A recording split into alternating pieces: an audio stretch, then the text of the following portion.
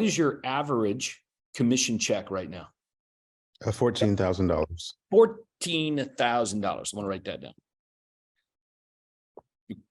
Okay, so you guys can follow along, write down your magic number that you want to make. I'm getting my little calculator out right here. So I'm going $1 million. Okay, and I'm going to divide that by $14,000. Okay, and that equals 71 transactions. We'll round up and say 72 because 71.428. So we'll say that's 72 deals. Is that right? Does that sound right? Yes. Okay. Yes. All right. Now, All right, are we cool. going to account for like expenses on this, or just kind of this GC $5 million? Yep. Yep. You said you wanted $1 million in net income, right? Yep. Okay. All right. So that's $14,000 per commission. And I wrote down 72 sales because of what you just said. If it's gross, it's 72 sales. If it's net, okay, now we're going to have to run off and we're going to have to decide what is the business model? What's the financial model that you're modeling? Like, what are you copying? Because if we don't have a model to actually copy that's going to put us in the place that we want to be, we can't make it up. We can't say, well, I'll tell you what, Todd, I want the $1 million to be 20% of my net income. And I'm like, are you just making that up? Like, what's the cost of sales? What's the marketing budget? What's the operational budget here? What's your labor cost in it? What are you going to allow for rent? All these kinds of things. So this is where I'm going at it. And there's no need for anyone watching today to guess on any of this. Everything that you want to do in real estate, everything you guys want to build, no matter really how big you can conceive, it's already been done. So the whole super profitable sales team thing being done. All right. So we're going to take the 72 sales and we're going to move this number up, because to net $1 million. All right. I don't know of a real estate sales team business that nets $1 million where the owner or the team leader is not involved in any sales at all, that earns over 30% net income. I've never heard of them. Okay. So let's pause there for a minute.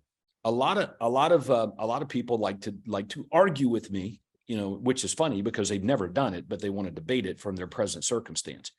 So I say it like this: if you had no arms and you had no legs and you had no real estate license, okay, which means you're not doing any transactions, you're just the owner. So you're going to totally rely on everybody else's work. That's the model that you want to look at. One where you're not involved in the business as a technician. You're actually the owner of it. Okay. Like Elon Musk is of Tesla.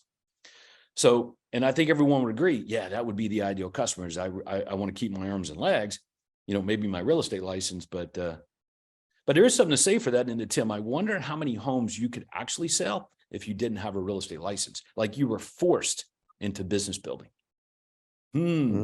Yeah. Anyway, I figured that out a long time ago. I don't have a real estate license. So some people freak out when I tell them that. I did, let's see, last year, my real estate company did around 10 million in no real estate license.